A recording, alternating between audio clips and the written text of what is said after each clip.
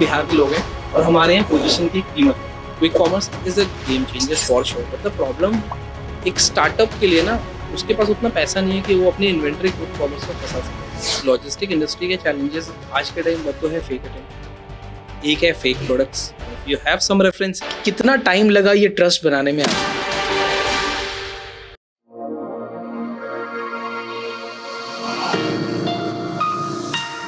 Hello guys, कैसे हैं आप लोग?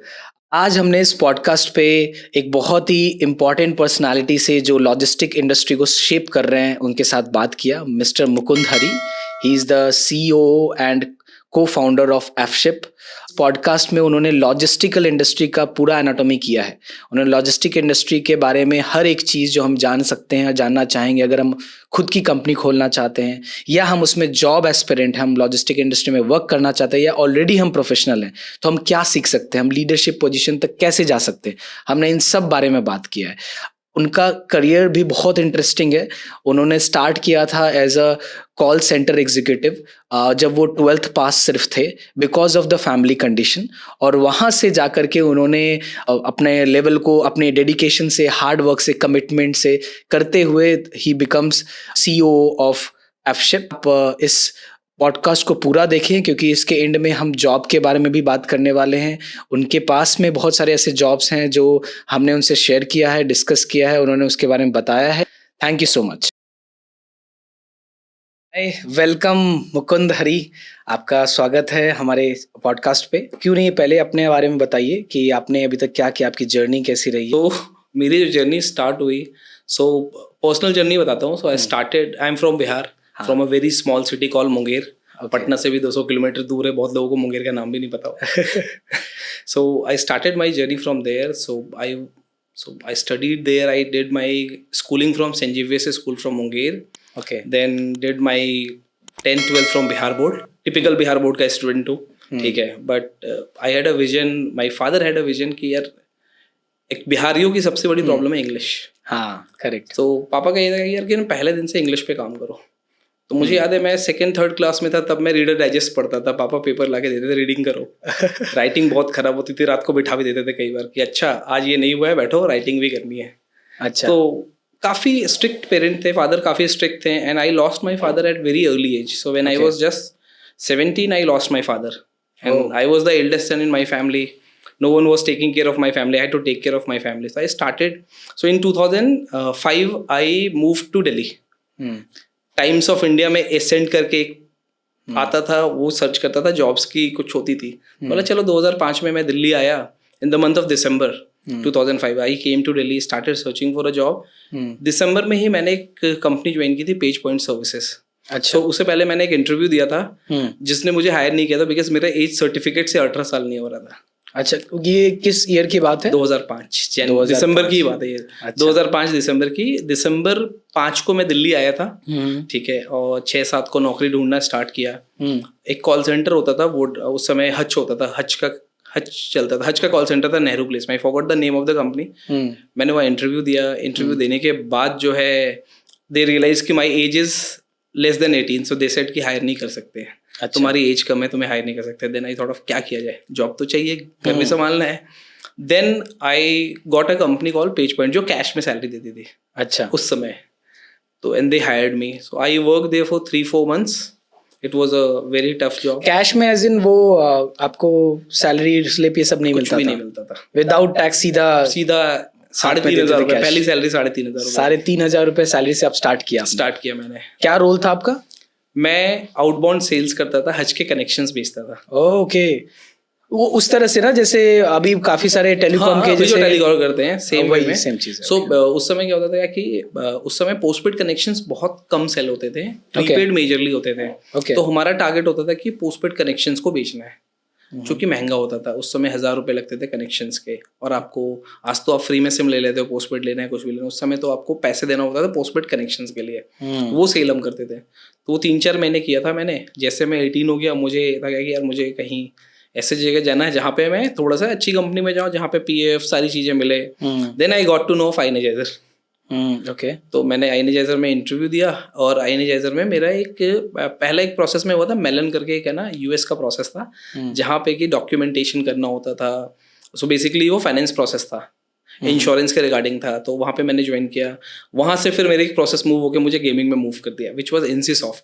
तो I was into gaming. तो जो लोग आज PUBG और ये 3D गेम्स खेलते हैं, मैंने 2006-7 में खेला है। I started learning things from my manager. So जहाँ पे भी काम करता था वहाँ एक चीज़ था कि एक चीज़ तो सीखनी है, एक चीज़ तो सीखनी है, वो सीखने के लिए काम करना है, ग्रो करना है। सो मेरा कभी ये मोटिव नहीं था कि मुझे मॉनेटरी ग्रोथ पहले चाहिए, मुझे पोजीशन के हिसाब से पढ़ना था, क्योंकि हम बिहार के लोग हैं और हमारे यहाँ पोजीशन की एक कीमत है। अच्छा, तो मतलब मेरा इंटरेस्ट एरिया था कि मुझे मीडिया में जाना है या मुझे IAS बनना है। बट अनफॉर्चुनेटली मैंने 12th पास करके बस दिल्ली में जॉब स्टार्ट किया। तो मेरे लिए था कि अच्छा चलो प्राइवेट सेक्टर में भी आ गया तो, बट ग्रोथ तो चाहिए, ग्रोथ के लिए काम करना स्टार्ट किया। एग्जीक्यूटिव से सीनियर एग्जीक्यूटिव बना। हर महीने हमारा इंसेंटिव होता था, उस समय हमारे इंसेंटिव होते थे 5,000 रुपये। ओके, दैट टाइम 2007 की वो प्रोसेस में था वो। अब क्या होता था ना, सैलरी वॉज नॉट दैट। वो 10-12 हज़ार रुपये में आप काम कर रहे हो और आप सोचते हो यार कि ना सैलरी का, मैं खर्चे के लिए कुछ तो पैसा चाहिए। Incentive used to be a key for मी, तो मैं इंसेंटिव के लिए काम करता था। सेल्स में तो यही होता है, इंसेंटिव के लिए काम। और आप अगर बोल रहे हो 10,000 आपकी सैलरी है उस टाइम में और आप 5,000 रुपये इंसेंटिव आ रहा है, तो it's 50% of the salary. Exactly. तो वही जाके आपको मैटर कर जाता है कि, और जनरली सेल्स में तो आप 12th के बाद अभी तक आपने उसके बाद आई did my graduation, but afterwards afterwards मैंने पैरेलली ग्रेजुएशन भी स्टार्ट किया। तो बिहार बोर्ड से ही ग्रेजुएशन किया, एग्जाम देने के लिए बिहार जाते थे। अच्छा, एग्जाम देके ग्रेजुएशन अपना कंप्लीट किया, because when you have responsibility you don't have time to take care of other things as well.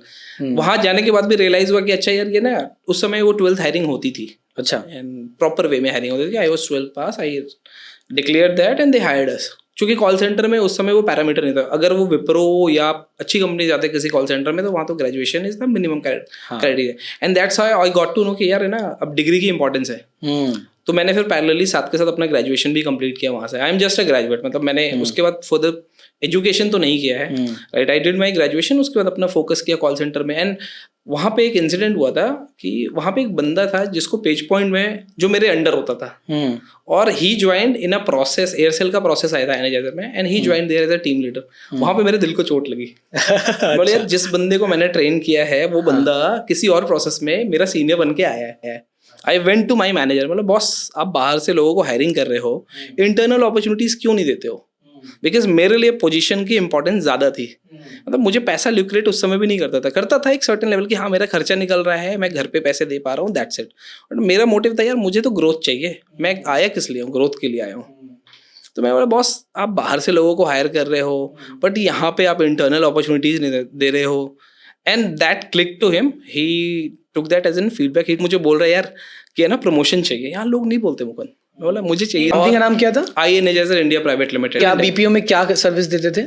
यार है ना, ये बेसिकली कॉल सेंटर था। कॉल सेंटर था, बहुत सारे प्रोसेस थे, इंटरनेशनल प्रोसेस। उस समय तो इंटरनेशनल प्रोसेस बहुत चलते थे। सो बहुत सारे इंटरनेशनल प्रोसेस थे, तो कस्टमर सर्विस, कॉलिंग प्रोसेस भी होता था। मैं बेसिकली था बैक एंड सपोर्ट में था, जहाँ पे कि मुझे बिलिंग चेक करना था, बिलिंग में जो इश्यूज होते थे, फ्रॉड पेमेंट डिटेक्ट करना था। उस समय मैं 14 सॉफ्टवेयर में एक साथ काम करता था। किस साल की बात हो गई है? 2007-8 की बात बता। 7-8 में ये सब हुआ है, ठीक है। और जब 8 में ये बात उसको बोला कि मेरे मैनेजर के बॉस ऐसा ऐसा है, मुझे तो ग्रोथ के लिए चाहिए, मुझे एटलीस्ट मौका तो दो, इंटरव्यू तो कराओ, if I am capable I will prove my self. तो वो इस बात को 3-4 महीने हो गए, और 3-4 महीने के बाद 2008 लास्ट की बात है, फॉर्चुनेटली इंडिया टाइम्स का एक प्रोसेस आ रहा था आई एनर्जाइजर में। And I got to know from him कि Mukund, so there's an opportunity for you and others as well. It's not that you will be applying it. Other people will also apply. Whoever will be capable, he'll get that job. ठीक है. You can apply for this. तो मैंने apply किया, and मुझे याद है कि वो पहला मतलब वो इंटरव्यू मैंने अप्लाई कर दिया, और उस जिस दिन मैंने अप्लाई किया था उस दिन मैंने 36 घंटे की लगातार शिफ्ट की थी। तो ऐसा होता था प्रोसेस में कि अगर आपका नेक्स्ट वाला बंदा नहीं आ रहा तो आपको रुकना पड़ेगा। अच्छा, you can not leave, because max logins के लॉजिक होते थे कि इतने लॉजिक होंगे तभी बिलिंग होती थी। कॉल सेंटर के भी अपने पैरामीटर्स होते हैं कि आप इंटरनेशनल प्रोसेस में जब काम करते हो वो login has to be there. अब उसके वजह से क्या हुआ कि अगले शिफ्ट में बंदे नहीं आए, और मुझे थोड़ा मजा भी आता था। यंग थे, बहुत यंग था, 18 साल 19 साल का लड़का था। अरे यार कि ठीक है बंदे नहीं आए, बोला, एंड समवन वाज लाइक यार हो गए तुझे यार 12 घंटे हो गए, 9 घंटे, 9 दूनी 18 घंटे हो गए, उसके बाद भी तू जा नहीं रहा। मतलब नहीं यार शिफ्ट तो करनी है, कोई प्रॉब्लम नहीं, कोई नहीं है तो भी टेंशन नहीं, बिकॉज इंसेंटिव वाज अ की इन टू माई माइंड। ठीक है, वो भी एक फैक्टर था। 36 घंटे की शिफ्ट करने के बाद मुझे याद है कि मैं घर गया और 2 घंटे सोया था। मेरे को HR से फोन आता है क्या कि मुकुंद तुम्हारा ना, तुमने जो इंटरव्यू के लिए अप्लाई किया ना, उसका इंटरव्यू, मैं नींद में ही फोन उठाया कि तुमने वो इंटरव्यू जो अप्लाई किया ना, सो उसके ना एक फर्स्ट राउंड है आज, तो तुम आ पाओगे क्या? मेरी नींद खुल गई वहीं पे। मैं बोला आ पाऊंगा, आप बताओ कितने बजे है? 2 घंटे की नींद के बाद मैं बोला कितने बजे है इंटरव्यू? बोलते हैं वो 4 बजे शाम को। ये बात है 2 बजे की, मुझे आज भी याद है कि 2 बजे कॉल आया था और 4 बजे मुझे ना बोला कि interview. And I used to stay at Maharani Bagh आश्रम। मुझे पता था आधा घंटा 1 घंटा लगना है यहाँ से जाने में। बोला 4 o'clock तो नहीं पहुंचूंगा, but 4:30 I will be there. Dot में 4:30 पे पहुंचा। सो उस समय HR मैनेजर होती थी मेरी Mallika ma'am, she is in US as of now. तो उन्होंने मेरा फर्स्ट राउंड लिया एंड शी वाज लाइक कि you are feeling sleepy, what happened? मैं बोला मैम बस कुछ नहीं, वो शिफ्ट करके गया था कि देन समबडी टोल्ड हर कि ही डिड 36 आवर्स का shift and Mukund you would have told me, you would have come next day, that was not a issue. मैं बोला ma'am this opportunity was important for me, ये issue की बात नहीं है, ये मेरा इंटरेस्ट है। एंड दैट्स हाउ, मतलब इंटरव्यूज हुए, 3-4 राउंड हुआ, आई गॉट क्लियर्ड। सो मुझे याद है कि उस समय 150 लोगों ने उस 4 पोजीशन के लिए अप्लाई किया था। उस 150 में 4 पोजीशन में मैं एक पोजीशन मेरे को टीम लीडर का मिला। आप अपने कमिटमेंट से ऑलरेडी इम्प्रेस कर चुके हो। अगर हायरिंग मैनेजर्स के पास आया होगा या इंटरनली टीम्स बात करती हैं, राइट, तो ये कमिटमेंट उस टाइम भी और आज के टाइम में भी चाहिए होता है कि कैंडिडेट के अंदर अगर वो कमिटमेंट दिखे, राइट, सिखाया सब कुछ जा सकता है, राइट। अगर आप उस डोमेन से हो तो आपको बहुत एक्सपीरियंस नहीं भी हो तो चलता है, अगर आप उसमें थोड़ा भी, और अगर फ्रेशर भी हो तो जिस लेवल पे आप बात कर रहे हो उस टाइम पे, राइट। लेकिन ये जो आपका कमिटमेंट था ना, I think that plays a big role. जब आपको एज ए कैंडिडेट देखेंगे तो जैसे कि यार इसको तो हायर करना है बॉस, ये 36 घंटे की शिफ्ट कर सकता है। सो फिर मैंने, जब मुझे एक नई अपॉर्चुनिटी मिली, इंडिया टाइम्स का प्रोसेस आया, सो मुझे एक अपॉर्चुनिटी मिली। सो मुझे बोला गया कि यू हैव बीन प्रमोटेड और तुम्हें इंडिया टाइम्स में काम करना है। E-commerce I was zero in e-commerce. 2008 में तो किसी को भी नहीं पता था, 8-9 में, कि ई-कॉमर्स क्या है इंडिया में। So India times shopping.indiatimes.com was the website. I still remember the website name, वो बंद हो गई आज के टाइम पे, but this was the first e-commerce of India. So वहाँ पे मैं एज अ टीम लीडर मैंने ज्वाइन किया। अब वहाँ पे again it was a sales process, ठीक है। क्या होता था कि उस समय पेपर में एड्स आते थे, इंडिया टाइम्स प्रोडक्ट के एड, टाइम्स ऑफ इंडिया में, दैनिक भास्कर उनका पेपर है जो, उसमें ऐड आता था। वहाँ पे लोग ऐड को देख के कॉल करते थे, तो मेरी टीम के टारगेट होते थे कि उसको सेल्स में कन्वर्ट करना है। तो मेरे पास 2-3 प्रोसेस मुझे मिल गया था, क्योंकि वो भी 150 सीटर प्रोसेस था, 175 सीटर प्रोसेस था उस समय। उसमें मुझे 2-3 रिस्पॉन्स, और मैं यंग था, मुझे मजा आ रहा था। मैं बोला कि यार सीखना है। तो पहले मेरे जो मैनेजर थे, ही टोल्ड मी कि Mukund the important part is reporting. सिर्फ कॉल्स पे ऑर्डर नहीं लेना है, वो रिपोर्टिंग भी समझनी है।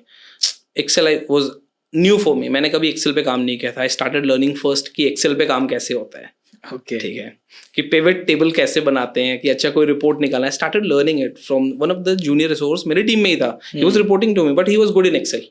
बोला यार हेल्प मी आउट यार, मुझे तो एक्सेल आता नहीं है, मुझे सीखना है, सिखाओ यार कैसे सीख सकते हैं। तो ही स्टार्टेड लर्निंग कि ये VLOOKUP है, ये पिवट टेबल है, and that's how I started learning Excel parallelly की जब मैं team leader, because reporting was one of the part, right, which I was lacking. तो मैं बोला यार इसको सीखते हैं, पहले समझते हैं कि रिपोर्टिंग कैसे पैरेलली। फिर मुझे वहाँ पे 2-3 डिफरेंट प्रोसेस मिल गए। एक तो था आउटबाउंड ऑर्डर आपने लेना है। उस समय कोई ऑर्डर प्रोसेसिंग का सिस्टम नहीं होता था, ओके। सो आपको ऑर्डर जो है ना मैनुअल प्रोसेस करना है, कि किसी दिन सेल आ गई, पेपर में ऐड आ गया, और उस दिन 5000 ऑर्डर आ गए हैं, वो 5000 ऑर्डर मैनुअली पंच करना है। तो मेरे पास अच्छा एक्सेल पे एंट्री करते थे, एक्सेल पे एंट्री होती थी, जो सेल्स टीम ने कॉल लिया। पेमेंट उस समय कार्ड पे IVR के थ्रू पेमेंट होती थी, कार्ड्स पे, ओके, कार्ड के थ्रू पेमेंट IVR पे डालते थे। कई बार पेमेंट फेल हो गई, कई बार पेमेंट 10-10 मिनट लग जाते थे पेमेंट होने। वो एक टाइम बहुत, इट वाज मतलब amazing time, I still remember. अब वो एक्सेल पे ऑर्डर तो आ गया, बट वो ऑर्डर को पंच करना है, बिना पंच के ऑर्डर डिस्पैच नहीं हो सकता है। 2 लोगों की टीम होती थी हमारी। अब किसी दिन ज्यादा ऑर्डर आ गया तो पता चला हम नाइट शिफ्ट भी कर रहे हैं ऑर्डर प्रोसेस करने को। एंड नाइट शिफ्ट करने के बाद I used to be there at 8 o'clock। So हमारा प्रोसेस 8 बजे स्टार्ट होता था। I used to be there at 8 o'clock and मैं वो 8 बजे खत्म होता था। जो प्रोसेस बंद होने का टाइम था कि सपोर्ट और सब कुछ 8 बजे बंद हो जाएगा, और मैं 8 बजे तक ऑफिस में होता था, कि जब तक वो प्रोसेस स्टार्ट से लेके खत्म ना हो जाए तब तक मैं तो रहूँगा। तो उसी में इंटरनल अलग अलग डिपार्टमेंट मिलते गए। एक बार कस्टमर सर्विस भी मिला, बिकॉज कस्टमर सर्विस का मैं कोर था, कि मैं वहीं से बैकएंड में था, तो कस्टमर सर्विस में ही काम करते आए। तो वहाँ पे एक लर्निंग जो मिली विच वॉज एम्पैथी, कि कस्टमर की शिपमेंट अगर डिलीवर नहीं हुई है तो उसको एम्पैथाइज करना है, यार क्यों डिलीवर नहीं हुई है, क्या चैलेंज है, समझना है, बात करना है, उसको सॉल्व करना है। तो वहाँ से वो लर्निंग मिली। मैं and I use to interact, मतलब मुझे इंटरेक्ट करने में थोड़ा मजा आता है, तो कस्टमर से मैं बात भी करता था कि सर ये प्रॉब्लम है। But it was not just a interaction की कोशिश ये होती थी कि अगर वो 10 एस्केलेशन आए हैं ना, तो वो 10 एस्केलेशन को क्लोज करके देना है और फोन करके उसको बताना है कि सर आपको प्रोडक्ट मिल गया ना, कि अगर वो डैमेज आया है तो वो रिप्लेस भी करवा के भिजवाना है। करेक्ट। तो ये वाला फेज था। वो लर्निंग करते करते मेरा डिलीवरी उस समय स्टार्ट हुई थी, मेरा इंटरेक्शन डिलीवरी की टीम से। तो for India Times there were different courier company, जैसे आज के नेटवर्क में भी बहुत सारे कुरियर हैं। तो डिलीवरी स्टार्ट हुई और डिलीवरी से मेरा इंटरेक्शन स्टार्ट हुआ। That's how I got connected with the delivery team and I got a offer from there. So delivery ये किस साल की बात है जब आपको ऑफर? 2012 की बात है। तो इस समय तक आप ग्रेजुएट हो गए थे या आप अभी भी ट्वेल्थ पे थे? हो गया था। ग्रेजुएशन आपने कब किया? 2011 में कंप्लीट किया मैंने। और ये आपने साथ में किया जॉब किया? हाँ हाँ। और ये क्या कहाँ से, DU से? नहीं, बिहार बोर्ड। बिहार से। तो ये क्या था, मतलब फुल टाइम तो नहीं था? फुल टाइम नहीं था, एग्जाम देने के लिए पार्ट टाइम था। मतलब पार्ट टाइम ही था। और उसके साथ में आपने ये किया। और Yes. और तब तक आपने कितने साल के, जब तक आप ग्रेजुएट हुए 2011 में, तब तक में आपके कितने साल की एक्सपीरियंस हो गई थी? मैंने 2006 से 5 साल हो गया था। 5 साल? 5.5 साल मैंने आईनेजाइजर को दिया। ओके। 5.5 साल आईनेजाइजर काम करने के बाद मैं डिलीवरी मूव हुआ। सो डिलीवरी में भी एक लर्निंग मिलनी स्टार्ट हुई। ई कॉमर्स चलता कैसे है, चैलेंज क्या क्या है। Sahil Barua, Bhavesh Miglani, these used to be the leader. Now they are the best leader I have ever worked with. So they were the one, उन्होंने बेसिकली समझाया। तो साहिल से मुझे बहुत मोटिवेशन मिलती थी। He used to be in the office. मैं दिल्ली से गुड़गांव जाता था, वो गुड़गांव ही रहते थे। चाहे वो रात को 10 बजे ऑफिस से निकले, चाहे 11 बजे से निकले, मेरे से पहले वो कॉल सेंटर पे कॉल ले रहे होते थे। मैं जब ऑफिस पहुंचा, ही यूज्ड टू टेक। तो that give me a thing कि यार, और क्या होता है, पहले कोई, आज तो IVR और सारे सिस्टम बन गए हैं। पहले वो कॉल लैंडलाइन पे होती था, आपका एक नंबर होता था। Correct. और कस्टमर को लैंडलाइन पे तो कभी भी कॉल बज सकती है। ही वाज लाइक यार, कस्टमर की एक भी अगर कॉल आ रही है ना, वो मिस नहीं होनी चाहिए। तो टीम 9:30 बजे आती थी, 9-9:30 बजे हमारा स्टार्ट होता था ऑपरेशन बेसिकली, कि 9:30 बजे टीम आनी स्टार्ट। तब तक अगर उससे पहले कॉल आ रही तो साहिल लेते थे। तो वो एक लर्निंग मिली कि कस्टमर फर्स्ट। वो कितने बजे पहुंचते थे फिर? 8 बजे। 8 बजे, चाहे वो रात को 11 बजे निकले, चाहे 12 बजे। He was in office at 8 o'clock। और कॉल्स आते थे 8 बजे से? आ जाते थे। कस्टमर को तो देखो, किसी को शिपमेंट नहीं मिला है वो तो कॉल करेगा ही। तो वो एक फेज था। 2012 में मैं घर गया, तो किसी ने मेरे से पूछा, बिहार गया मुंगेर में, किसी ने पूछा तुम काम क्या करते हो? मैं बोला यार मैं लॉजिस्टिक्स में हूँ। ओके। तो लॉजिस्टिक्स ये क्या होता है? तो मैंने बोला यार कुरियर सर्विस। अच्छा, वही जो कुरियर वाला घर घर जाके चिट्ठी पहुंचाता है। मैं बोला आज इसकी इंपॉर्टेंस नहीं पता है, आज से 5 साल के बाद समझ में आएगी। मैं वाले मन में बोला कोई बात नहीं, हाँ यही काम है हमारा, हम उसमें हेल्प करते हैं। एंड आज ई कॉमर्स और शिपिंग इंडस्ट्री आज हर किसी को पता है, चाहे वो छोटे शहर में हो चाहे बड़े शहर में हो। सो डिलीवरी से मैं फिर मूव किया। मैं डिलीवरी में 1-1.5 साल था। वहाँ काम करने के बाद मैं फिर ई कॉम एक्सप्रेस गया।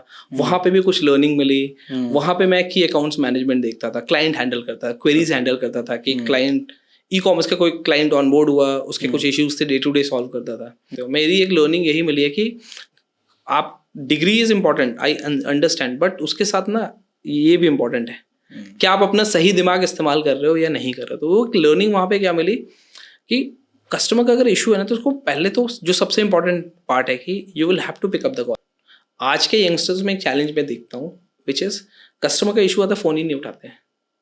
This is what I want to teach them कि बॉस, कोई फटा भी है ना, अगर आप उसका फ़ोन उठा लेते हो ना, आधी तो सॉल्यूशन वहीं पे हो जाती है।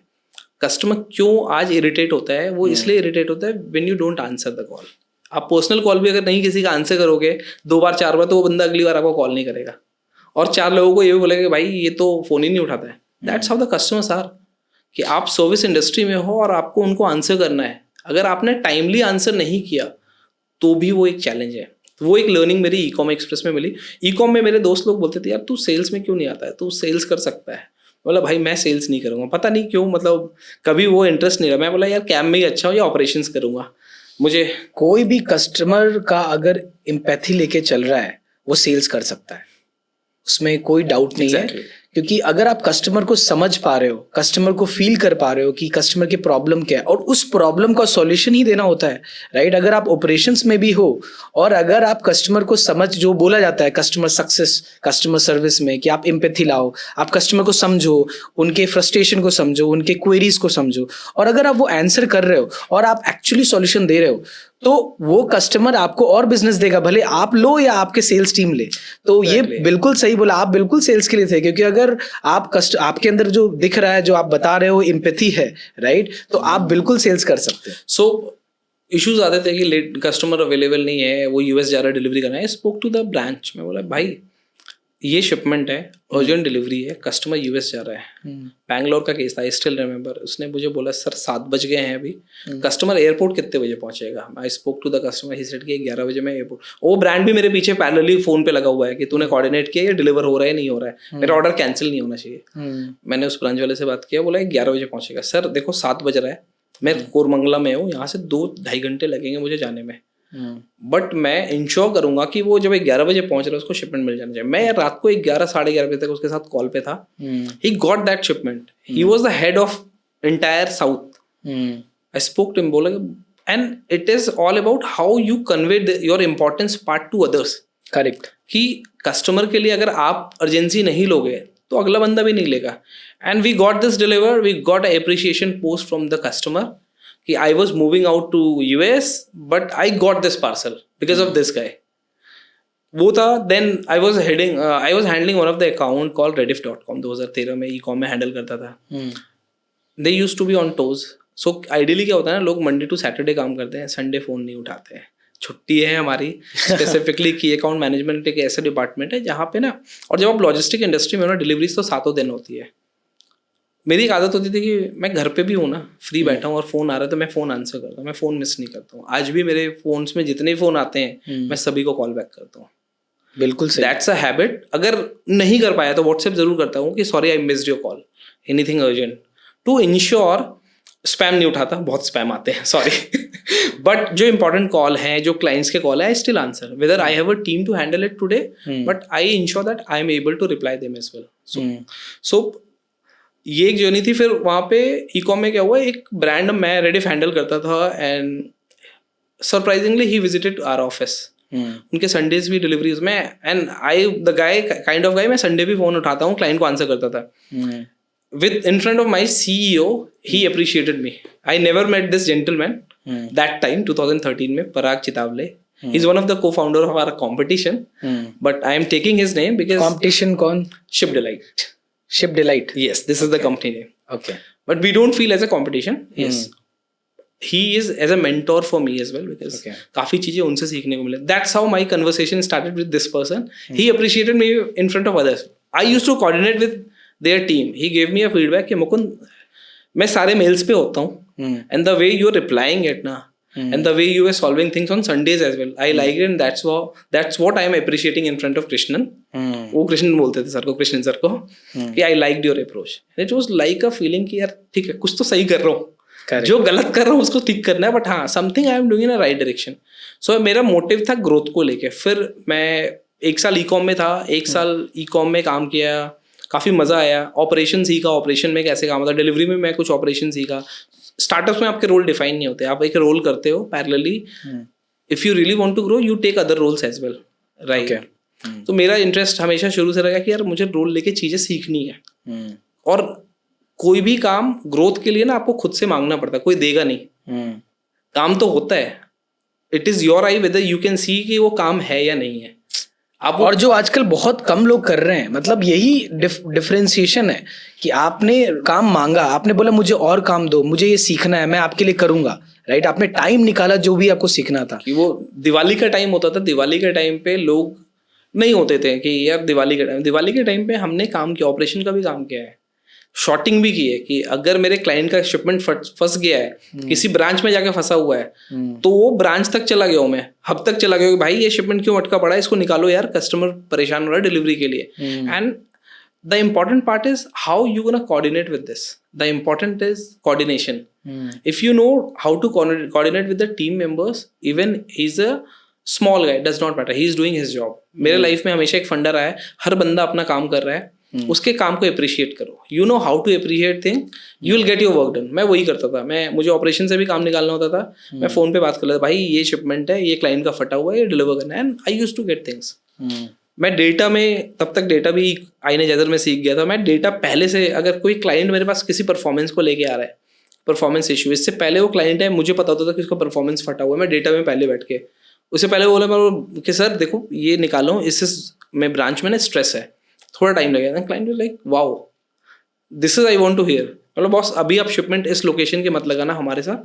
तो जब आप प्री इन्फॉर्म कर देते हो ना डेटा देख के, and data shows everything to you, कि क्या चल रहा है, कहाँ पे क्या हुआ है, कल डिलीवरीज हुई है नहीं हुई है, वो इन्फॉर्मेशन जब आप इन्फॉर्म करने लग जाते हो ना, क्लाइंट आपको फिर आप पे चिल्लाता नहीं है, he knows there is a problem, they ask for a time line कि मेरे को 7 दिन में सॉल्व हो जाएगा या 3 दिन में सॉल्व हो जाएगा।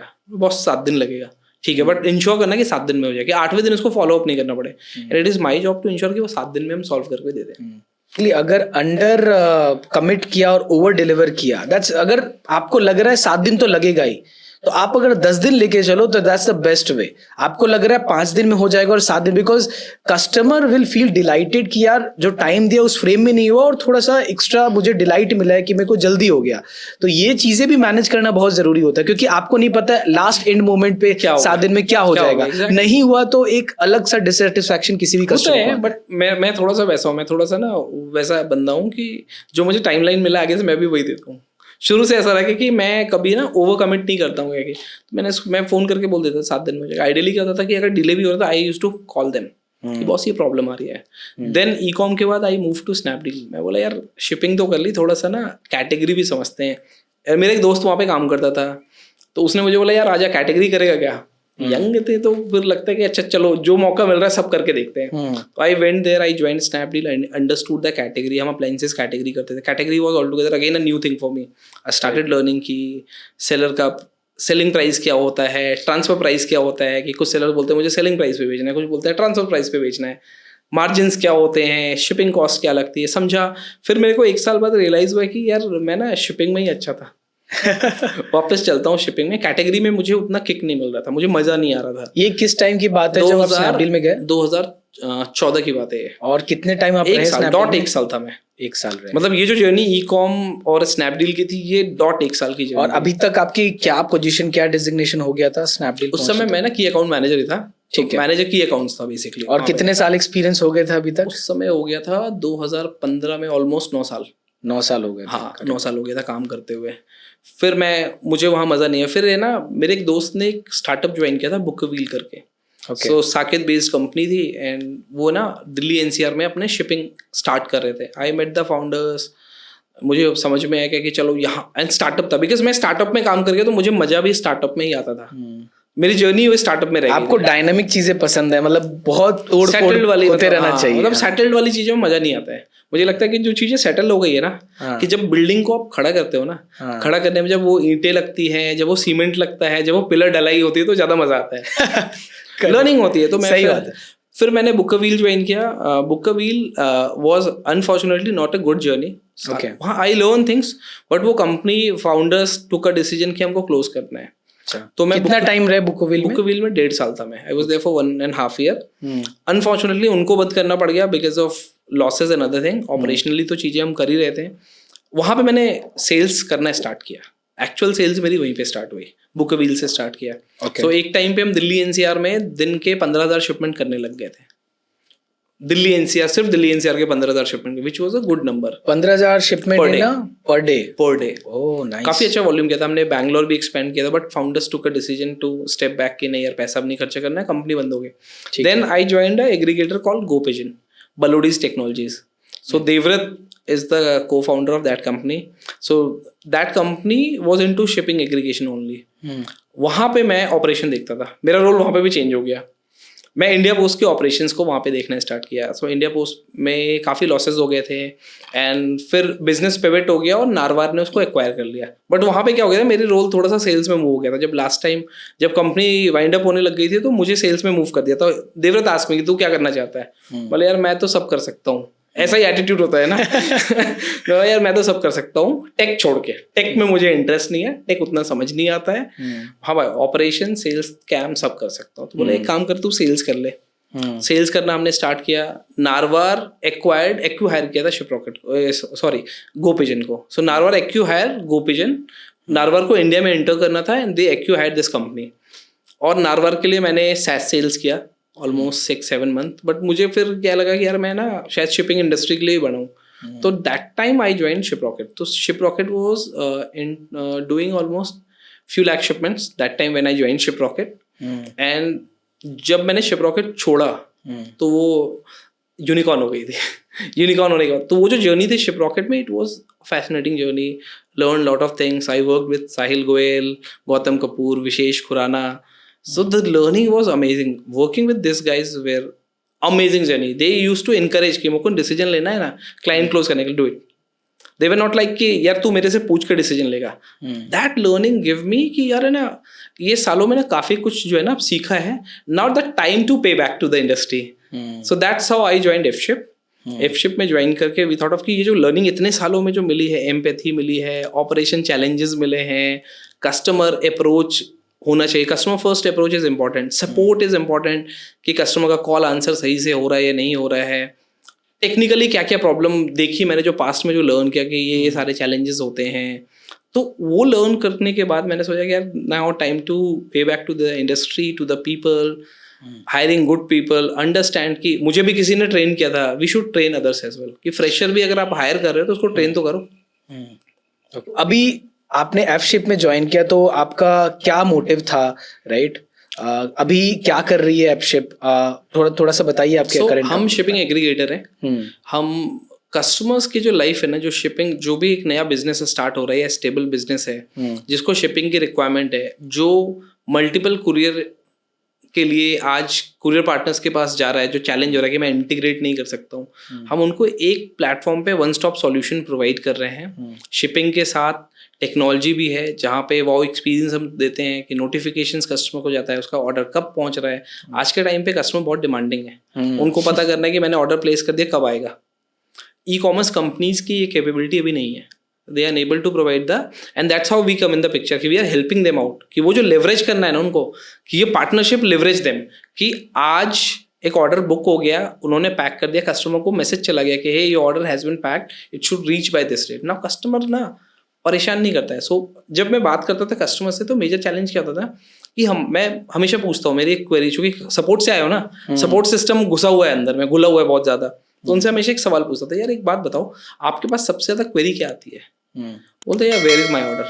कस्टमर सपोर्ट में सबसे ज्यादा मेरा ऑर्डर डिलीवर नहीं हुआ है, ये मेजर क्वेरी. तो इसको सॉल्व कैसे करते हैं? तो Narvar was the actually first company जो इंडिया में ट्रैकिंग पेज को लॉन्च किया था. आज तो ट्रैकिंग पेज सब यूज कर रहे हैं, ब्रांड्स भी देते हैं, Amazon फ्लिपकार्ट तो देता ही है, बट D2C वर्ल्ड में ना ये ट्रैकिंग पेज कुछ होता नहीं था. नारवार ने इंडिया में इंट्रोड्यूस किया कि ट्रैकिंग पेज नाम की भी कोई चीज़ होती है. कि कस्टमर को पता होना चाहिए कि आप किसी कुरियर से, आज किसी से भी आप ऑर्डर करते हो तो एक कुरियर से मैसेज आता था कि hey your order has been shipped with XYZ courier, इट शुड रीच इन 7 to 10 days. आपको एक्यूरेट पता ही नहीं है ना कि ऑर्डर कितने तारीख को पहुंचने वाला है. या आपका शिपमेंट अनडिलीवर्ड हो गया किसी रीजन से, कि आप अवेलेबल नहीं थे, कोई फेक अटेम्प्ट हो गया, किसी ने फेक अटेम्प्ट डाल दिया कुरियर ने, XYZ ने, बट आप तो पीछे फोन कर रहे हो, यार मेरा शिपमेंट मिला नहीं. How are we solving this problem? So that's how we thought of कि यार F-Ship में भी ना ये सॉल्यूशन एक बनाते हैं स्टेप बाय स्टेप, जहाँ पे हम कस्टमर्स को इन्फॉर्मेशन प्रोवाइड करेंगे कि बॉस ये आपका ऑर्डर है, ये पैक हो गया है, ये पिकअप हो गया है, ये शिप्ड है, ये आज आउट फॉर डिलीवरी है, ये डिलीवर्ड हो गया या अनडिलीवर्ड भी हुआ, तो कस्टमर शुड नो कि भाई मेरा ये पैकेट आज इस रीजन से अनडिलीवर्ड हुआ. कि अगर वो कोई फेक अटेम्प्ट भी हो गया तो he has an option to raise a dispute right away. कि बॉस वो व्हाट्सएप जाता है कि ये order was undelivered for XYZ reason, do you wish to get this reattempted? Customer बोलता है हाँ यार मुझे तो चाहिए. जो हाँ बोलता है हम उसको रीअटेम्प्ट करवाते हैं. तो वो जो जर्नी है ना, कस्टमर जर्नी, वो बहुत हमारी इस इंडस्ट्री में इंपॉर्टेंट है. Because you are all the D2C brand, सारे देखो D2C ब्रांड तो पहले दिन प्रॉफिटेबल होते नहीं है. आज वो धंधा स्टार्ट कर रहे हैं, COD ऑर्डर्स लेके आ रहे हैं. आज आप मार्केटिंग करते हो फेसबुक, इंस्टाग्राम, XYZ और भी बहुत सारे पोर्टल हो गए, राइट. बट प्रॉब्लम क्या होता है कि कस्टमर ना इंडिया में जो ऑर्डर्स आता है ना, कि वो है ना पैसिव आपके क्या जो बायर है ना वो वैसे क्या कि उन्होंने ऐड देखा ऑर्डर कर लिया और अगले दिन उनका माइंड चेंज हो गया। अच्छा, हाँ ये होता है काफी। या फिर आपने प्रोडक्ट कोई 1000 रुपए में बेचा, उसको वही सेम प्रोडक्ट 900 रुपए में किसी का दिख रहा है, वो बोलता है भाई इसका भी ऑर्डर कर लो, उसका भी ऑर्डर कर लो, जो पहले डिलीवर करेगा उसका ले लूंगा मैं। ये बहुत बड़ा चैलेंज है एक्चुअली। मिंत्रा से काफी लोग ऑर्डर करते हैं और फिर रिटर्न कर देते हैं, राइट? सर मिंत्रा अमेजोन तो स्टिल चलो दे यार $1 बिलियन कंपनी, वो तो मैनेज कर ले। एक D2C ब्रांड का सोचो ना कि उनकी जर्नी में वो कितना बड़ा स्ट्रगल होता है कि उनका ऑर्डर कोई प्लेस कर रहा है और वो कैंसिल कर दे रहा है, बिकॉज उनको एक फॉरवर्ड का भी चार्ज देना होता है, एक रिटर्न का भी चार्ज देना। तो लॉजिस्टिक कंपनी तो ले लेगी अपना पैसा, तो क्योंकि उन्होंने तो वो तो गए वहां पे, बट क्या वो कस्टमर को चाहिए था? कस्टमर अगर आप देखोगे ना, बहुत सारे कस्टमर्स को याद भी नहीं होता है। Tier 1 की बात छोड़ दो, Tier 2 Tier 3 में कई बार कस्टमर को ये भी पता नहीं होता कि मैंने ऑर्डर क्या किया था। या मैं और आप भी आज मल्टीपल ऑर्डर करते हैं, आपको नोटिफिकेशन आता है अमेजोन से तो याद होता है कि मैंने क्या ऑर्डर किया था। चेक करते हैं लोग कि अरे मैंने 3 सामान ऑर्डर किया आज। एग्जैक्टली कि मैंने क्या क्या ऑर्डर किया था, अच्छा आज क्या आ रहा है, किस कुरियर से आ रहा है। तो कई बार मुझे पूछना पड़ जाता है कि यार किस वेबसाइट का है ये बताओ पहले, बिकॉज मैं और आप तो प्रीपेड ऑर्डर करते हैं। हमारी टेंडेंसी Tier 1 में मेजरली क्या होती है, लोग प्रीपेड ऑर्डर करते हैं, बट Tier 2 Tier 3 में तो COD ऑर्डर्स बहुत होते हैं। एड्रेस के चैलेंजेस होते हैं, कुरियर को कई बार पता नहीं होता कि कस्टमर का एड्रेस कंप्लीट है या नहीं है। D2C ब्रांड देखो, कुरियर तो आपको एक लिमिटेड इन्फॉर्मेशन ही देती है, करेक्ट, ठीक है, उनका काम तो डिलीवर करना है।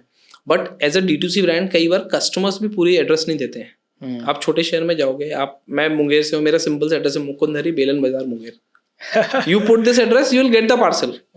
कई छोटे शहरों में, गाँव में जो एड्रेस होते हैं कि इस मंदिर के सामने, अब वो डिलीवरी बॉय वहां पहुंच के उसको पता ही नहीं कि एड्रेस है क्या। वो मंदिर तो है बट मंदिर के आगे तो 50 घर है। वो भी चैलेंज है, मतलब बहुत सारे चैलेंज लिख सकते हैं, कुछ भी एड्रेस लिख।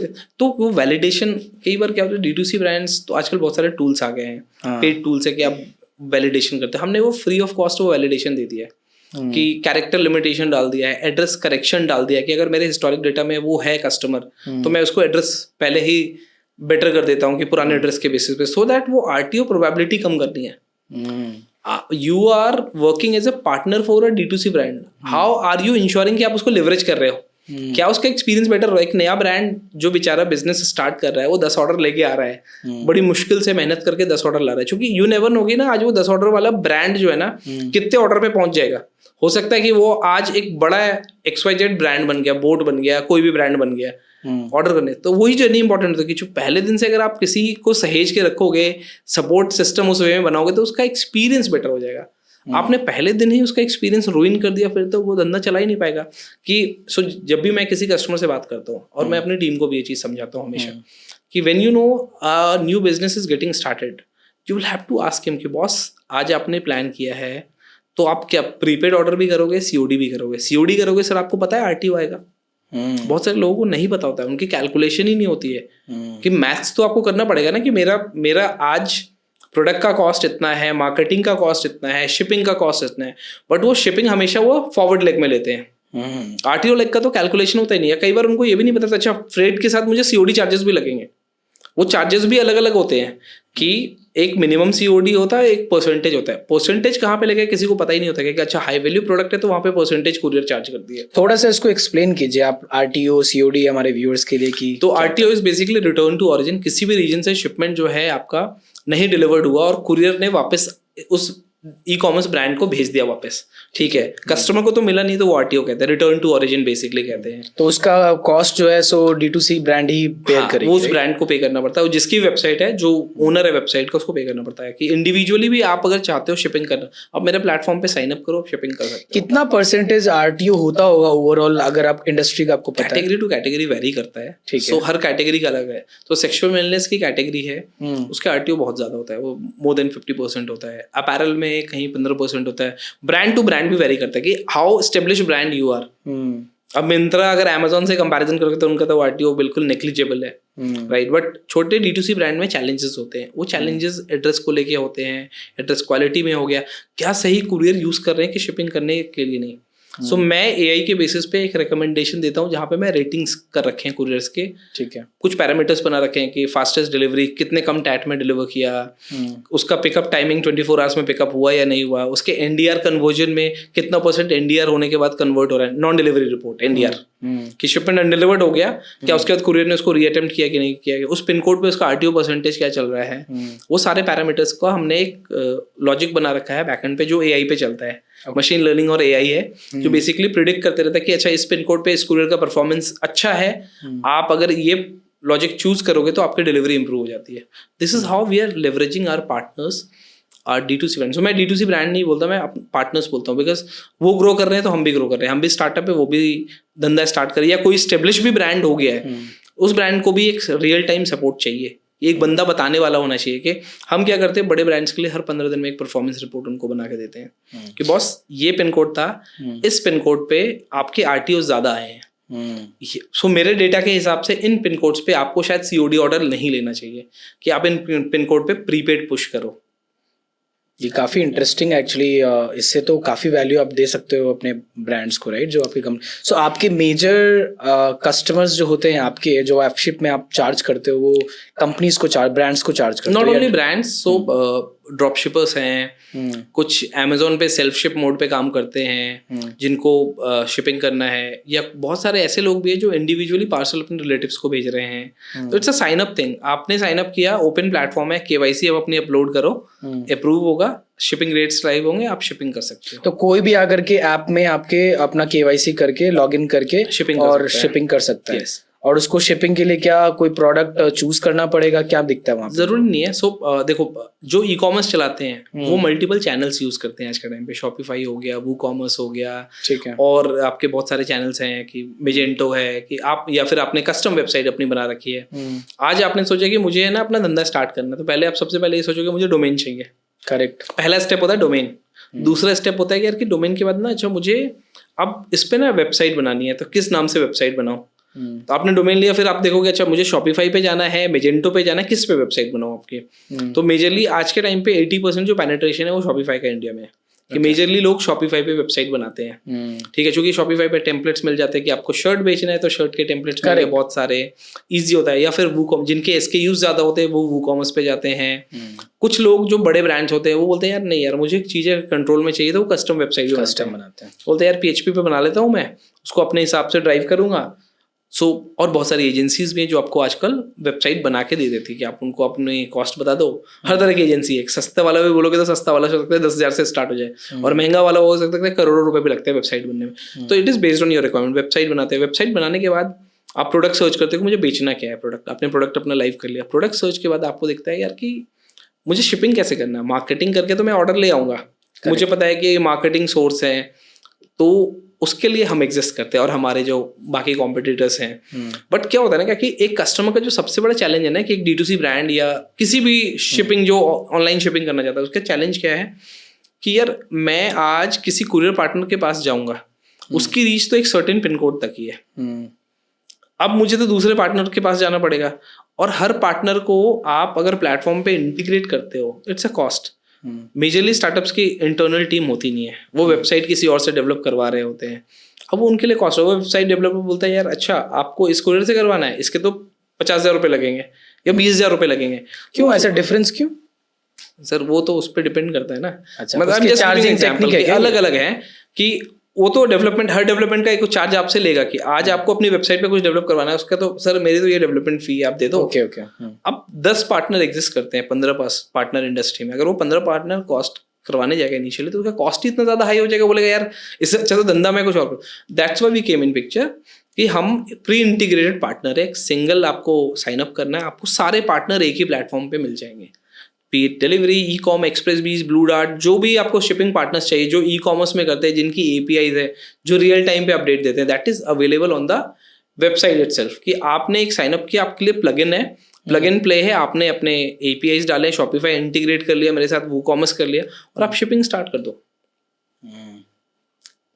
तो वहां पे ना लाइफ भी चेंज होती है, कॉस्ट भी कम होता है। प्लस क्या होता है कि एज अ स्टार्टअप जब आप किसी छोटे पार्टनर के पास जाओगे ना, आप छोटे हो और आप बड़े पार्टनर डिलीवरी के पास चले गए, ई कॉम, एक्सप्रेस भी, किसी भी XYZ को बोलेगा बॉस आप स्टार्टअप हो तो मैं तो इतना कॉल लूंगा आपसे, इतने पैसे लूंगा, शिपिंग कॉस्ट हाई हो जाते हैं उनके लिए, तो उनको तो कॉस्ट ऑप्टिमाइज करना है ना, कि मेरा तो प्रोडक्ट कॉस्ट भी है, मैं मार्केटिंग में मेरा, आज मैं मार्केटिंग टियर 1 में कर रहा हूँ, हो सकता है मुझे इस प्रोडक्ट के 200 रुपये लग रहे हैं, कहीं 100 रुपये लग रहे हैं, कहीं 50 रुपये लग रहे हैं, और शिपिंग कॉस्ट भी है, अगर RTO आ गया तो भी कॉस्ट है, और किसी ने अगर मुझे महंगा शिपिंग कॉस्ट दे दिया, ठीक है, तो उसके लिए वो भी चैलेंज है कि महंगा शिपिंग कॉस्ट है यार, शिपिंग कैसे करूंगा, तो रेट ही ज़्यादा हो गया, अब शायद मेरे तो मार्जिन ही वर्कआउट नहीं करेंगे।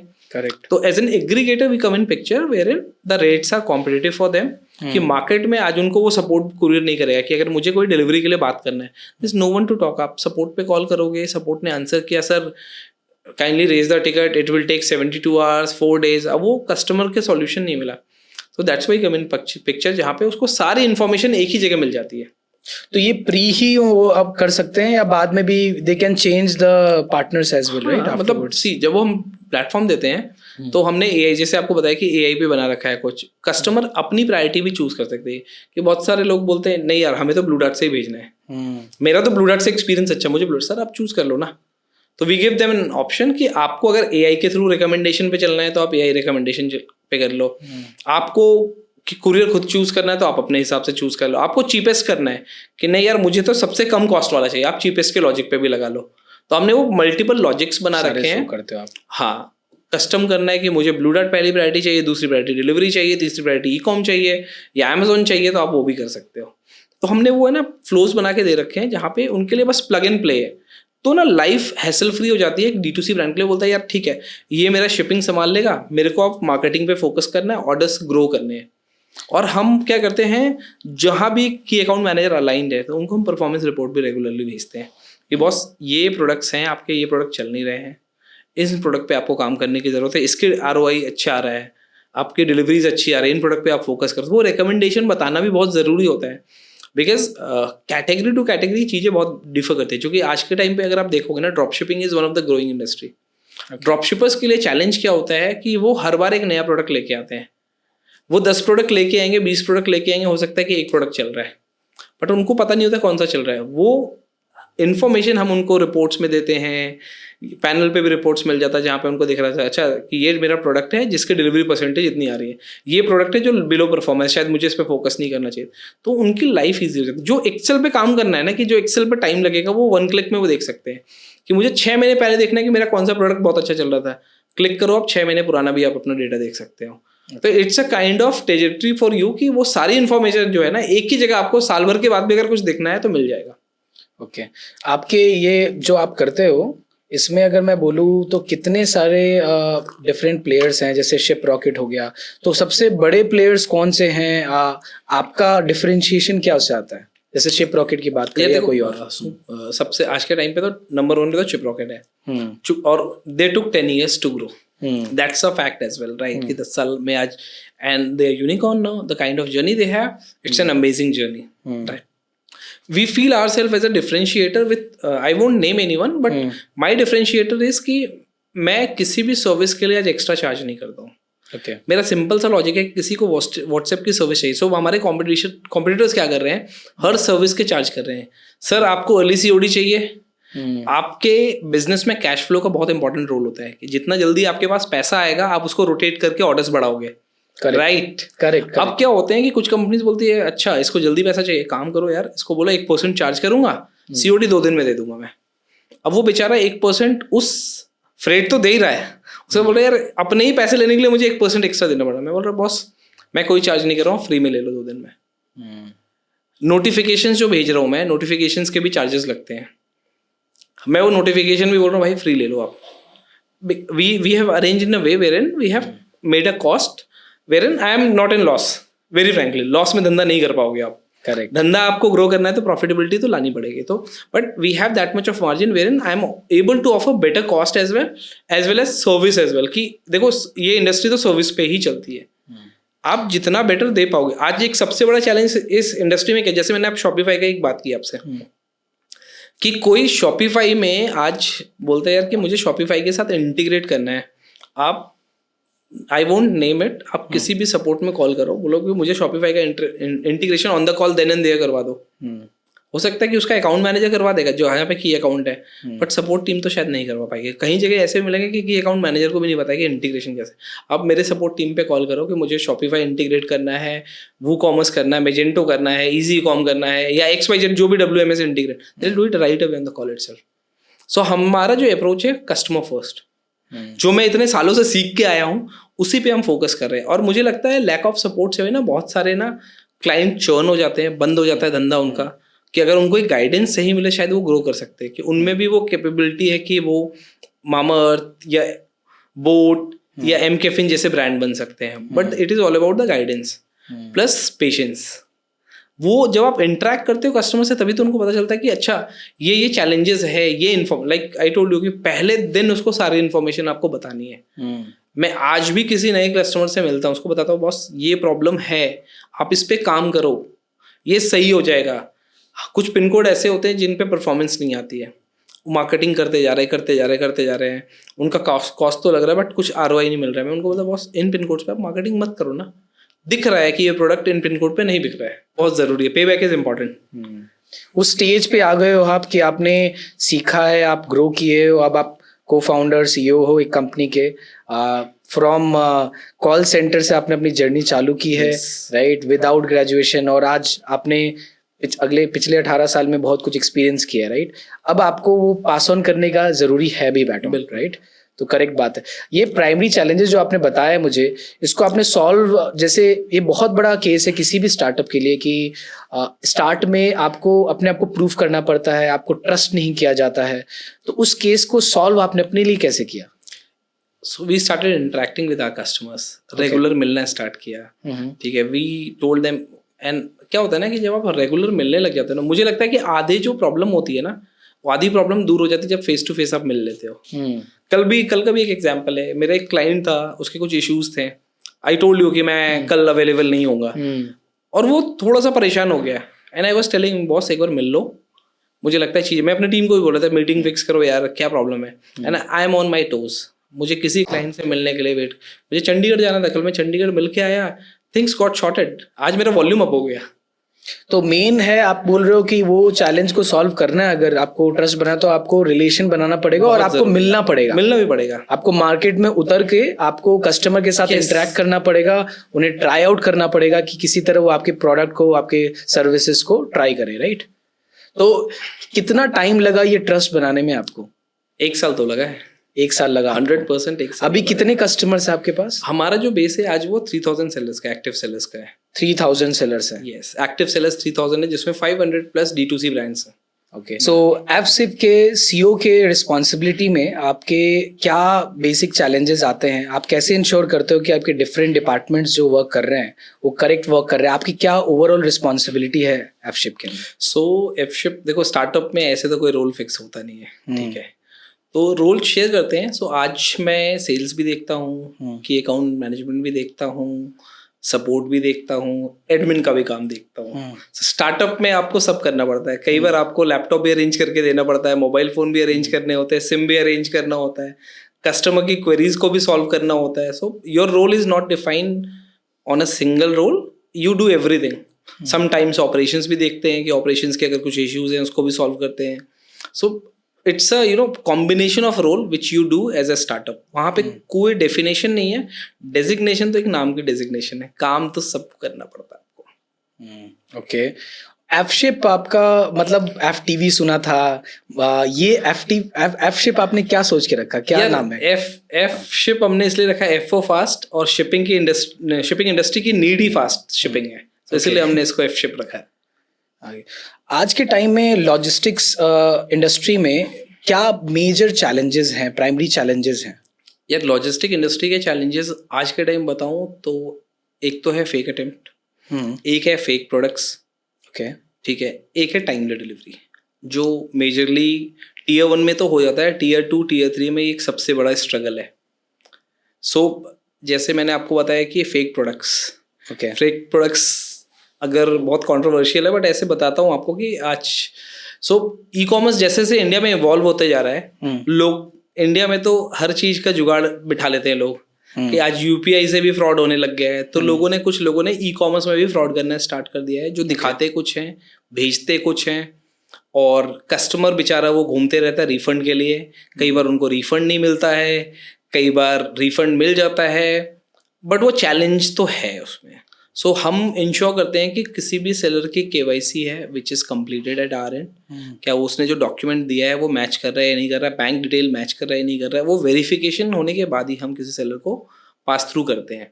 फेक अटेम्प्ट्स की बात की तो देखो कुरियर इंडस्ट्री में प्रॉब्लम क्या है ना कि जब हम काम कर रहे होते हैं ना, कुरियर तो अपने लेवल पे इंश्योर करता है कि डिलीवरीज टाइम पे हो जाए, बट एट द ग्राउंड क्या है ना, दीज आर द स्टाफ्स, ठीक है, और समवेयर प्रेशर होती है डिलीवरी की कि मुझे आज 30 पैकेट तो डिलीवर करने हैं या 30-40 शिपमेंट उनको मिलता है डेली का अटेम्प्ट करने को, 40 शिपमेंट अटेम्प्ट करना है।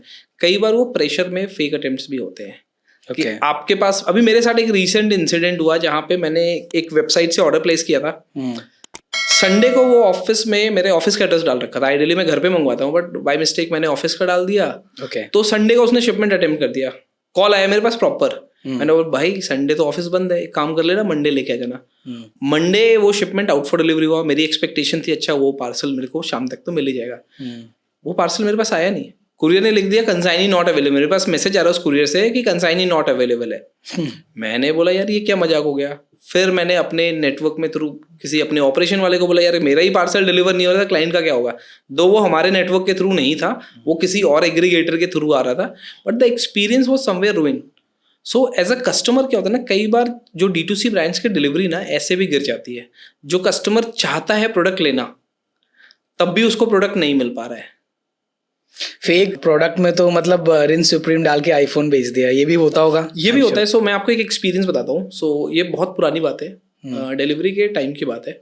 सो क्या हो रहा था कि उस समय ना स्पाइस, आज जो स्पाइस है ना, स्पाइस मोबाइल हॉटस्पॉट होता था, स्पाइस के स्टोर्स भी होते थे, वो उस समय ऑनलाइन ऑर्डर भी लेते थे। तो हमारा एक लोकेशन था जहाँ पे क्या हो रहा था ना, मेजरली कंप्लेंट्स आ रही थी कि कस्टमर को कभी मिरिंडा का बॉटल मिल रहा है, कभी साबुन मिल रहा है, और वो एक है ना पर्टिकुलर क्लाइंट के लिए ही आ रहा था। मोबाइल फोन ऑर्डर उस समय माइक्रोमैक्स का ट्रेंड था ना, माइक्रोमैक्स वाज ऑन पीक। बिल्कुल। देन वी रियलाइज कि प्रॉब्लम क्या हो रही है, we started checking the data कि किस लोकेशन में हो रहा है, क्या प्रॉब्लम हो रहा है। तो हमने एक ट्रेंड वेरीफाई किया कि एक पर्टिकुलर लोकेशन में हो रहा है, एक पर्टिकुलर बंदा है जो शिपमेंट अटेम्प्ट जाता है डिलीवरी करने, वो उस बार डिलीवर नहीं करता है, नेक्स्ट डे जब वो दूसरा बंदा डिलीवर करने जाता है डिलीवर हो जाता है और वहाँ पे गलत प्रोडक्ट मिल रहा है। तो हमने वहाँ पे उसको ड्रिल डाउन करना स्टार्ट किया। जब हमने पकड़ा देन ही एक्सेप्टेड कि सर हमने इसको चोरी किया था। तो ऐसी चीज़ें भी होती हैं, बट आज के टाइम पे ना ये ट्रेंड थोड़ा सा कम हो गया है, मतलब कि you won't find such trends. आज के टाइम पे जो ट्रेंड चल रहा है, कुछ जो ट्रेंड है, मतलब आई वोंट से कि ई कॉमर्स इंडस्ट्री ऐसी है, 1%, 0.1% सेलर्स ऐसे हैं जो फेक प्रोडक्ट बेचते हैं। जैसे कई बार कुछ बड़े ब्रांड में भी आप ऑर्डर करते हो और वहाँ पे गलत प्रोडक्ट मिल जाता है, रिफंड के लिए आप ढूंढते रहते हो, रिफंड का प्रोसेस नहीं हो पाता है। तो वहाँ पे ना कस्टमर का ट्रस्ट ऑनलाइन से ना थोड़ा सा हिलने लग जाता है। फिर वैसे कस्टमर बोलते हैं यार अच्छा है मैं ऑफलाइन से ही ऑर्डर करूँ। तो वो ट्रस्ट बिल्ड करना बहुत जरूरी है। वो ट्रस्ट हम सारे एग्रीगेटर्स, कुरियर पार्टनर मिलकर ही कर सकते हैं, that we stop blocking such sellers. देखो सर, फ्रॉड तो इंडिया में बंद कभी होने वाला है नहीं, कि आज वो डिजिटल अरेस्ट भी हो रहा है, लोग हो रहे हैं, because it is lack of knowledge. कई बार नॉलेज के बाद भी लोग फंस जाते हैं। So whenever you order you always check from a website कि वेबसाइट का नंबर है या नहीं। सो मैं बेसिकली किसी को भी गाइड करता हूँ कि अगर आप ई कॉमर्स शॉपिंग कर रहे हो, यू शुड ऑलवेज चेक कि सपोर्ट का नंबर है या नहीं है, ईमेल आईडी है या नहीं है, एड्रेस है या नहीं है। अगर आप कभी ट्रेंड देखोगे, जो फ्रॉड वेबसाइट्स होती है ना, उसमें आपको एड्रेस नहीं मिलेगा, उनके नंबर्स वर्किंग नहीं होंगे। आप कॉल करके देख लो ऑर्डर प्लेस करने से पहले कि वहाँ पे कॉल जा रही है, और उन वेबसाइट्स पे प्रीपेड ऑर्डर्स नहीं होते। या आप अगर ऑनलाइन पे करना चाहते हो, you won't find an option. So that is a potential threat of fake. This is how you can recognise कि ये फेक वेबसाइट तो नहीं है। Okay, no this is very relevant. आज के टाइम में आप किसी भी साइट पे जाओगे, रिव्यूज़ में बहुत सारे कस्टमर का रहता है कि गलत प्रोडक्ट दे दिया, अब रिफ़ंड नहीं हो रहा, बैड प्रोडक्ट दे दिया, रिफ़ंड नहीं हो रहा। तो ये बहुत ही बड़ा प्रॉब्लम है जो जनरली किसी भी ब्रांड को फेस करना पड़ रहा है, या एग्रीगेटर के पास में ये प्रॉब्लम्स आते हैं। सर प्रॉब्लम क्या होता है ना कि जब भी कोई नया एग्रीगेटर आता है ना, तो it's a lottery for such fake sellers. Okay, so वो क्या करते हैं, वो बेसिकली टारगेट करते हैं नए एग्रीगेटर्स के, बिकॉज दे अंडरस्टैंड कि कुछ तो लूप होल होगा। We had this experience in past जहाँ पे but whenever you realise you block such seller, so we have streamline the process to ensure कि हमें ऐसे सेलर्स के साथ काम ही नहीं करना है जो ऐसी कैटेगरी में करते हैं. And if we find something we hold the COD, we block the sellers right away with no waiting.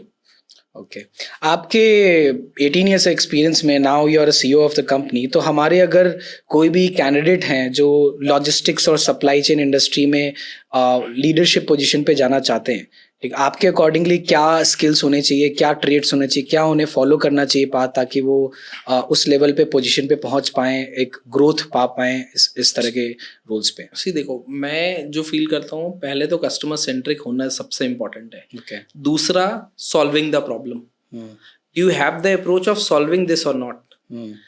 Issues तो आएंगे, हर स्टार्टअप में आते हैं, हर स्टेब्लिश कंपनी में भी आते हैं. Do you have the solving process or not? Do you think कि ये इशू सॉल्व कर पाएंगे, नहीं कर पाएंगे? We are always looking for a right fit. अभी भी मेरे पास, अगर मैं आपको बोलूँ तो मेरे पास अभी भी बहुत सारी हायरिंग्स खुली हुई है. We are looking for good sales people, we are looking for customer support, key account manager, .NET developers, so और product manager. If you have some references, do refer.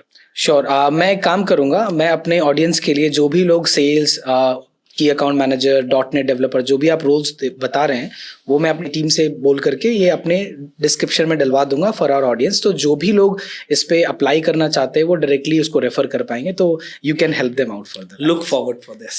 Okay, it will be a great help. E-commerce में या logistics में आप innovation क्या अभी आ रहा है, किस तरह से AI ऑटोमेशंस आ रहे हैं, इस पे आपका क्या राय है? ई-कॉमर्स के केस में जैसे मैंने आपको बताया क्या कि मशीन लर्निंग और ये सारे जो सबसे बड़ा फैक्टर है आज के टाइम पे. एक चैलेंज क्या होता था ना, आज से 3-4 साल पहले जो कुरियर एलोकेशन होता था ना, वो डिलीवरी बॉय डिसाइड करता था कि आज आप दिल्ली NCR में रह रहे हो, आपके नियर बाई लोकेशन पे जो ब्रांच है, वो बाइकर अपनी रनशीट निकालता था कि मुझे 30 पार्सल मिल गए, ओके, मुझे इसको डिलीवर करना है, तो मैं पहले चूज करूंगा कि मैं किस लोकेशन में पहले जाऊंगा. AI के बेसिस पे आज क्या होता है ना, क्या कि बेस्ट ऑफ द लोकेशन की उसकी उस डिलीवरी बॉय की इफिशिएंसी निकालने के लिए AI सजेस्ट करता है कि ओके, पहले तुम्हें लोकेशन 1 पे जाना है, फिर 2nd पे जाना है, 3rd पे जाना है, 4th पे जाना है. इससे एक तो टाइम कम लगता है डिलीवरी में. इससे दूसरा फैक्टर ये हो जाता है कि आपकी इफिशियंसी इंप्रूव हो जाती है. रियल टाइम अपडेट तो एक फैक्टर है ही, और इसमें इवॉल्वनेस और भी आएंगी. सो आज क्या हो रहा है कि आज फास्ट डिलीवरी का जमाना हो गया है. करेक्ट. हर किसी को चीजें फास्ट चाहिए. कुरियर के लिए भी चैलेंज क्या हो गया कि मिंत्रा, फ्लिपकार्ट और जो जितने भी बड़े आपके D2C ब्रांड्स हैं, जो मार्केट प्लेसेस है, उन्होंने तो हर नियर बाई वेयर हाउसेस खोल रखे हैं. Correct. To cope up with this, जो बाकी कुरियर पार्टनर्स है, उन्होंने भी अपने फुलफिलमेंट सेंटर्स छोटे छोटे शहर में खोलना स्टार्ट कर दिया है. कि आज मैं मुंगेर में बैठा हूँ और मैंने किसी वेबसाइट से ऑर्डर किया, जो मुझे 5 दिन लगता था डिलीवरी होने में, because of AI and other things, वो एलोकेशन जो है नियर बाय ब्रांच को चला जाता है, नियर बाय फुलफिलमेंट सेंटर को चला जाता है. मे बी वो सेंटर लखनऊ भी हो सकता है बिहार के लिए, वो कलकत्ता भी हो सकता है, वो पटना भी हो सकता है, और वो अलाइनमेंट उसी बेसिस पे होने लग गई. सो दैट आपका टैट कम हो गया, और इससे ना एक बेनिफिट ये हो गया, जो रिफ्यूजल के चांसेस होते हैं ना, जितना लेट डिले होगा उतना चांसेस होते हैं RT होने के. जितनी जल्दी डिलीवरी होगी उतनी जल्दी है ना चांसेस होते हैं आपके डिलीवर होने के, जितना जल्दी अटेम्प्ट होगा बेसिकली. राइट. तो इससे भी काफ़ी चेंजेस आए हैं. ओके. आज के टाइम में ग्रीन लॉजिस्टिक्स और सस्टेनेबिलिटी की बात, काफ़ी इम्पैक्ट जो हमारे वर्ल्ड पे है लॉजिस्टिक्स का बहुत बड़ा है, अगर आप पॉल्यूशन पे बात करो, राइट. तो अभी के टाइम में लॉजिस्टिक्स कंपनीज कैसे इस एनवायरमेंटल इम्पैक्ट को रिड्यूस करने का सोचते हैं, कुछ स्ट्रैटेजीज अपना रहे हैं काफ़ी. सो अगर आप लॉजिस्टिक्स की बात करोगे, आप देखोगे कि मेजर लॉजिस्टिक कंपनी EVs पे मूव होनी स्टार्ट हो गई है. ओके. कि जो इनके डिलीवरी बॉयज हैं वो EVs पे कर रहे हैं. सस्टेनेबल पैकेजिंग हो गई है. सो पहले जो पॉली बैग्स यूज करते थे वो रीयूजेबल नहीं था. आज के जो पॉली बैग्स आ रहे हैं वो भी रीयूजेबल है. बहुत सारी कंपनीज ने ना पेपर पैकेजिंग स्टार्ट कर दी है. अच्छा. जिससे क्या कि वो एटलीस्ट जो है ना एनवायरमेंट को उससे इम्पैक्ट नहीं होगा. ऐसे चेंजेस काफ़ी कुरियर कंपनीज ने करने कर दिए. सो बहुत सारी कुरियर कंपनी है जिनके 30% जो फ्लीट है आज के टाइम पे EVs बेस्ड हो गया है. ओके. और मुझे लगता है कि अगले 2-3 साल में ये 100% EVs पे मूव करेंगे. Okay. Nice. Last mile delivery का आपको क्या थिंकिंग है, उसमें कुछ इनोवेशन हो रहा है अभी? लास्ट माइल डिलीवरी बहुत ज़्यादा फेमस और ट्रेंडिंग चल रहा है, हर एक सेक्टर में लॉजिस्टिक्स में कोई भी ब्रांड यूज़ करे लास्ट माइल डिलीवरी पे काम कर रहे हैं, तो आपका क्या व्यू है? सर लास्ट माइल डिलीवरी देखो, आज के टाइम जो मैंने जैसे बताया कि ये optimisation, route optimisation is a major challenge into last mile delivery. जो आज से 3 साल पहले कोई मैनुअल रनशीट से करता था, आज वो एप्स के बेसिस पे, जीपीएस लोकेशन के बेसिस पे, आपके क्या कहते हैं मैप्स के बेसिस पे डिलीवरी से स्टार्ट। बहुत सारे ब्रांड ने क्या कर रखा है, कस्टमर के लोकेशन भी कैप्चर करने स्टार्ट कर दिए। तो आपने अभी किसी वेबसाइट से ऑर्डर किया हो तो आपको ऑप्शन मिलता होगा कि do you want to share your location or not, right, yes. तो इससे ना एफिशिएंसी इंप्रूव होने लग गई है। बड़े शहरों में उतना चैलेंज नहीं होता है, चैलेंज हो जाता है मेजरली जब आप टीयर 2 टीयर 3 में ऐसे ऑर्डर करते हो जहाँ पे एड्रेस इनकम्प्लीट होता है। तो ये फैक्टर्स वहाँ पे काफ़ी इम्पैक्ट करता है डिलीवरीज को इम्प्रूव करने में। ओके, ई कॉमर्स बूम का आपके वेयर हाउस लॉजिस्टिक्स पे क्या इम्पैक्ट पड़ रहा है आज के टाइम पे? क्या कंपनीज इस डिमांड को कोप अप कर पा रहे हैं? बिल्कुल। जैसे मैंने आपको बताया कि जो मल्टीफोल्ड वेयर हाउसेज अब जो स्टार्ट हो गए हैं, पहले क्या था कि कुरियर कंपनीज अपने वेयर हाउसिंग नहीं करते थे। अब हर कुरियर के एक प्रोडक्ट में फुलफिलमेंट है। उसका पर्पस ये है कि कस्टमर्स, आप अगर बड़े मार्केट प्लेसेस की बात करो, फ्लिपकार्ट, अमेजोन पे आप कुछ भी ऑर्डर करो, आपको दिल्ली एनसीआर में आपने ऑर्डर किया, हो सकता है कुछ प्रोडक्ट सेम डे मिल जाए, कुछ नेक्स्ट डे में डिलीवर हो जाए। अब ये चैलेंज को ना दूर करने के लिए इन्होंने भी अपने वेयर हाउसेस खोलने स्टार्ट कर दिए, जहाँ पे कुछ जो ब्रांड्स एग्री करते हैं उनके प्रोडक्ट रखते हैं। और हो सकता है कि वो एक सेम एक्सपीरियंस जो अमेजोन में आपको मिल रहा है वो उस कुरियर के साथ भी आपको मिल जाए, उस D2C ब्रांड में भी मिल जाए। ओके, क्योंकि वो वेयर हाउसेस का गेम है। जैसे नॉर्थ ईस्ट एक सबसे चैलेंजिंग लोकेशन है, तो अभी क्या होता था, नॉर्थ ईस्ट के जो भी प्रोडक्ट जाते थे वो पहले कलकत्ता आता था, कलकत्ता से गुवाहाटी जाता था, गुवाहाटी से फिर सेग्रीगेशन होकर इंटायर 7 सिस्टर्स जो स्टेट है वहाँ पे जाता था नॉर्थ ईस्ट में। अब क्या होता है कि वो जो प्रोडक्ट है ना, बहुत सारी कंपनीज ने अपने वेयर हाउसेस सेटअप कर लिए गुवाहाटी के अंदर। और गुवाहाटी से जो चीज़ 7 दिन लगते थे वो हो सकता है कि 3 दिन या 4 दिन में ईजिली कस्टमर को मिल जाता है। ओके, तो warehouses are a major factor wherein they are improving the customer experience. अगले 10 साल में आप क्या सोचते हो कि आप एज अ कंपनी क्या अचीव करना चाहते हो? प्लस मैं एक और क्वेश्चन ऐड करूंगा, इंडिया को आप कहाँ देखते हो अगले 10 साल में? अगले 10 साल में मैं आज भी कस्टमर सेंट्रिक हूँ, अगले 10 साल में मुझे कस्टमर सेंट्रिक रखना है। प्लेटफॉर्म कस्टमर ईज के लिए हमने बनाया है, ठीक है, कि कल हम ग्रो भी कर जाते हैं तो जो हमारा DNA आज है वो DNA चेंज नहीं होना चाहिए, कि customer first is our approach which we want to continue and we will continue that. और अगले 10 साल में जिस हिसाब से ये बिजनेस चल रहा है और ये इंडस्ट्री चल रही है, मुझे लगता है कि आज भी ई कॉमर्स जो है इंडिया में 40% लोग ही आज भी ऑनलाइन ऑर्डर करते हैं। तो वो 100% रीच आउट करना है, दैट इज़ अ टारगेट, कि वो 100% जो कस्टमर है ना वो ऑफलाइन भी करें। मैं ये नहीं बोलूँगा ऑफलाइन नहीं होना चाहिए, ऑफलाइन से भी धंधा चलता है और सबका घर चलते हैं, but online they should also come. That's the motive कि उनको ऑनलाइन भी लेके आना है। ओके, वो उनकी लाइफ में शायद कुछ चीज़ें ईज डाउन कर देगा, कि शायद छोटे शहर में जो ब्रांड अवेलेबल नहीं है शायद वो ऑनलाइन अवेलेबल है, और वो ऑनलाइन वो ऑर्डर करके अपने घर पे वो एक्सपीरियंस कर सकते हैं जो शायद ऑफलाइन में नहीं मिल रहा है। Well, it was lovely having chat with you, Mukund, and it was fantastic learning for us. I'm sure सभी लोग जो ये पॉडकास्ट देखेंगे उन्हें बहुत मज़ा आएगा, बहुत लर्निंग मिलेगी। उनके लिए जॉब्स भी है, तो जो लोग इसमें करियर बनाना चाहते हैं, I'm sure they will connect, they will message, they will update their details, and we will share it with you. But it was having fantastic time with you here. Same here. Look forward to have this. Thank you. Thank you so much.